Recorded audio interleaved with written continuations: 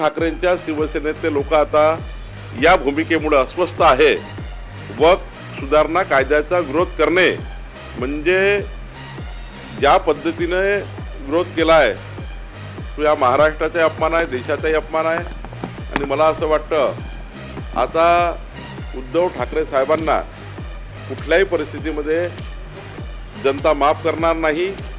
जे खासदार उद्धव ठाकरेचे निवडून दिले, ज्या जनतेने ज्या जिल्ह्यामधले खासदार, लोकांना नक्की वाटेल की आमची चूक झाली, आम्ही उद्धव ठाकरेंना जे मतदान केलं मशालवर हे चूक झाली आहे असं जनतेला वाटेल।